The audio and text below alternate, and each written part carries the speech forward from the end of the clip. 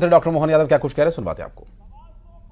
सफल हो गया और नरेंद्र मोदी जी के नेतृत्व में देश में सरकार बनाई तो 29 के 29 कमल के पुष्पों की माला हमारे द्वारा पहनाई गई।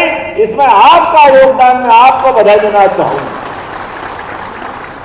अब नरेंद्र मोदी जी की बात करते तो नरेंद्र मोदी जी के मामले में कई लोगों के पेट में मरोड़े छूटते हैं, कई लोगों के पेट दुखते हैं। नरेंद्र मोदी जी की क्यों बात कर रहे हो? अरे नरेंद्र मोदी जी की बात नहीं करेंगे तो किसकी बात करेंगे? इस आदिवासी की चोट के माध्यम से जाम सावली से भी नागपुर की हेलीकॉप्टर की हवाई सेवा चालू करने वाले हैं, इसका लाभ भी मिलने वाला है। शारदा सालीवाल का मंदिर, इसका विकास भी हम करने वाले हैं। छिंदवाड़ा के लिए कहा जाता था, हमने छिंदवाड़ा मॉडल, विकास का मॉडल, छिंदवाड़ा में इतना विकास किया कि छिंदवाड़ा को दूसरों को लाके दिखाते थे। अब आप बताओ, छिंदवाड़ा में इतना विकास किया, विकास किसका हुआ? एक परिवार का। उस परिवार के अंदर हेलीकॉप्टर से घर में उतरते थे, बाप बेटे दोनों, और दो ही वापस चले जाते थे। किसी गरीब आदमी को हेलीकॉप्टर में बिठाया क्या? आप सब इतने सारे बैठो, किसी को बिठाया हेलीकॉप्टर में? कभी मौका मिला क्या? छिंदी वाले बताओ, कोई को मौका मिला क्या? हमारी सरकार ने निर्णय किया है, आयुष्मान कार्ड बना लेना और आपके माध्यम से कोई भी बीमार होगा और छिंदी के हॉस्पिटल से उसको भोपाल पहुंचाना पड़े, नागपुर, दिल्ली, बंबई पहुंचाना पड़े, एक पैसा नहीं लगेगा। डॉक्टर आएगा, हेलीकॉप्टर में उठा के ले जाएगा और उसका पूरा इलाज हमारी सरकार कराएगी। अरे हेलीकॉप्टर हो गया हेलीकॉप्टर बढ़ा के जान बढ़ी। गरीब आदमी के प्राण बचाना ये हमारी जवाबदारी। उसके जीवन में हेलीकॉप्टर मदद करे तो सरकार, नहीं तो काय की सरकार? हमारी सरकार ने चिंता की है कि आने जाने के बजाय कोई भी बीमार होगा तो एयर एम्बुलेंस आएगी, उसको उठा के ले जाएगी, उसका इलाज कराएगी। ये हमने तय किया है। कोई हॉस्पिटल में भर्ती होता और कोई कारण से बीमार आदमी की शरीर छूट जाता, प्राण निकल जाते हैं, मर गया। अब गरीब आदमी अपने गांव ले जाएगा, अपने घर ले जाना चाहता है, तो कई बार हम टीवी में देखते हैं, हाथ में उठा के ले जा रहे हैं, बैलगाड़ी पे ले जा रहे हैं, मोटरसाइकिल पे ले जा रहे हैं। अरे भाई, एम्बुलेंस से घायल को तो हॉस्पिटल पहुंचा दिया, लेकिन हॉस्पिटल से उसको घर पहुंचाना है तो कोई साधन नहीं है। चिंता मत करना, हमारी सरकार ने तय कर लिया, अब हर हॉस्पिटल से कोई की मौत हो गई और ले जाने का साधन नहीं है, सरकार उसको घर तक छुड़वाएगी, एक पैसा आपका नहीं लगेगा। अब हमारे अपने, ये संवेदनशीलता होना चाहिए, ये मन का भाव होना चाहिए। गरीब आदमी के जीवन में किसी का अपमान हो जाए तो उसके लिए हमारा सरकार का क्या मतलब? जो पैसा लगेगा, जो भी लगेगा, लेकिन हॉस्पिटल से वाहन घर तक जाएगा, ये हमारी सरकार ने तय किया। हम इस बात के लिए जानते हैं, आज के बाद भी अभी अपने यहां कोदो कुटकी की फसल कौन कौन करते? हाथ खड़े कराओ। कोदो कुटकी, बाप रे बाप, सभी करते हैं। अपने आप के लिए ताली बजाओ, चिंता मत करो। कोदो कुटकी को लेकर के आने वाले समय में 4,290 रुपए क्विंटल कोदो कुटकी खरीदने का काम हमारी सरकार द्वारा किया जाए। अभी तक एमएसपी नहीं थी, सरकारी स्तर पर न्यूनतम समर्थन मूल्य की खरीदी नहीं थी। हमारी सरकार ने तय किया, ये न्यूनतम समर्थन मूल्य पर कोदो कुटकी, रागी, ये भी हम खरीदने का काम करेंगे गरीब आदिवासियों की जिंदगी बनाने के लिए। और पशुपालन कौन कौन करता? दूध का उत्पादन, वो भी हाथ खड़े करो, जो दूध का उत्पादन करता है। आप चिंता मत करना, जैसे कोदो कुटकी, धान, गेहूं पे खरीदने के लिए बोनस दे रहे हैं, आने वाले समय में सभी को दूध के ऊपर भी बोनस दिया जाएगा हमारी सरकार के द्वारा।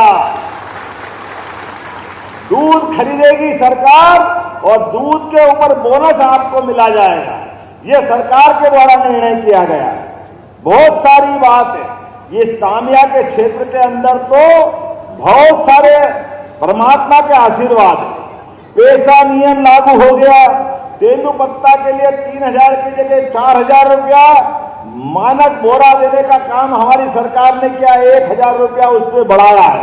आने वाले समय में और बोनस जो दे रहा है समितियों को, वो 50% से बढ़ा के 75% का बोनस भी आदिवासियों को दिया जाएगा। यह हमारी सरकार ने निर्णय किया। चरण पादुका योजना तो है ही। जूते, चप्पल, साड़ियां, पानी की बाटल, छाते का वितरण हम कर ही रहे हैं। औषधि और सुगंधित पौधों की खेती के लिए देवारण्य योजना लागू कर दी गई। पीएम जनमन योजना के माध्यम से 1 लाख प्रति परिवार की अधिक लागत वाली, बसाहट वाली सारी की सारी घरों की इकाई को लिए निःशुल्क बिजली देने के लिए सोलर प्लांट भी हमारी सरकार देने वाली। आने वाले समय में बिजली के बिल से छुटकारा आपको दिलाने का काम हमारी सरकार करेगी। बताने के लिए तो बहुत कुछ है। आप बताइए, इसी छिंदवाड़ा के अंदर नागपुर से शहडोल, नागपुर से रीवा ये ट्रेन चलाने का काम अगर किसी ने किया है तो नरेंद्र मोदी जी की सरकार ने किया। हमें इस बात की प्रसन्नता है।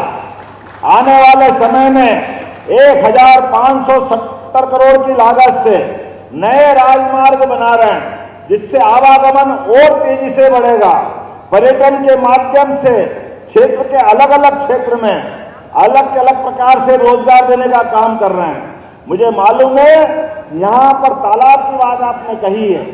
तालाब के माध्यम से गांव-गांव में खेती के लिए सिंचाई का पानी और घर घर नल के जल से पीने का काम भी हमारी सरकार द्वारा चालू किया जा रहा है। किसी भी व्यक्ति के घर में पीने का पानी और खेती के लिए पर्याप्त पानी मिले। छिंदवाड़ा का मेडिकल कॉलेज बन के खड़ा था, कोई पैसा नहीं दे रहा था। अब हॉस्पिटल तो बिल्डिंग है, उसको पैसे तो देना पड़ेगी। परसों बजट पारित हुआ और 100 करोड़ रुपया अकेले छिंदवाड़ा मेडिकल कॉलेज के लिए हमारे द्वारा दिया गया। मेडिकल कॉलेज में गरीबों का इलाज तो होगा, हमारे बच्चे तो पढ़ेंगे। अब उनको पढ़ने का मौका नहीं मिलना चाहिए क्या? उनको जरूर पढ़ना चाहिए। अभी और आगे बताना चाह रहा हूं, अभी अपने बच्चे डॉक्टर, वकील, इंजीनियर ये तो बनते ही बनते हैं, लेकिन आईएएस अधिकारी, collector, SP, IG, DIG, income tax अधिकारी अभी नहीं बन रहे हैं।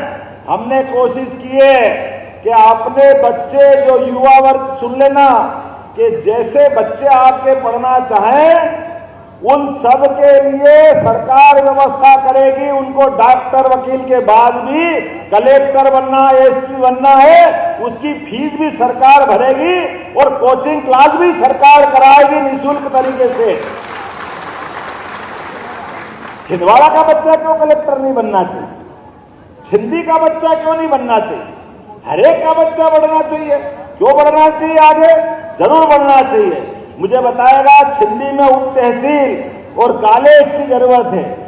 आप चुनाव में आगे बढ़ो, यहां कॉलेज भी खोला जाएगा और उप तहसील का बनाने की भी यहीं पे व्यवस्था की जाएगी। हमारी सरकार सोच रही है। आज के इस अवसर पर बोलने के लिए तो बहुत कुछ है, लेकिन आप मान के चलो लगातार जितने प्रकार से हम अपनी मेहनत करते हुए अपनी पहचान बना रहे हैं, लेकिन छिंदवाड़ा के अंदर बहुत दिन से ग्रहण लगे हुए थे। विकास के मामले में झूठ बोल के लोग चुनाव को जीतते थे, लेकिन काम नहीं कराते थे। पहली बार ऐसा हुआ है कि हमारा बजट पुराने अभी तक के सारे बजट से सबसे बड़ा बजट बना है और अकेले इस छिंदवाड़ा के अमरवाड़ा के अंदर ही 2000 करोड़ से ज्यादा की अलग अलग योजनाओं के लिए पैसा रखा गया, जिसके माध्यम से विकास होगा।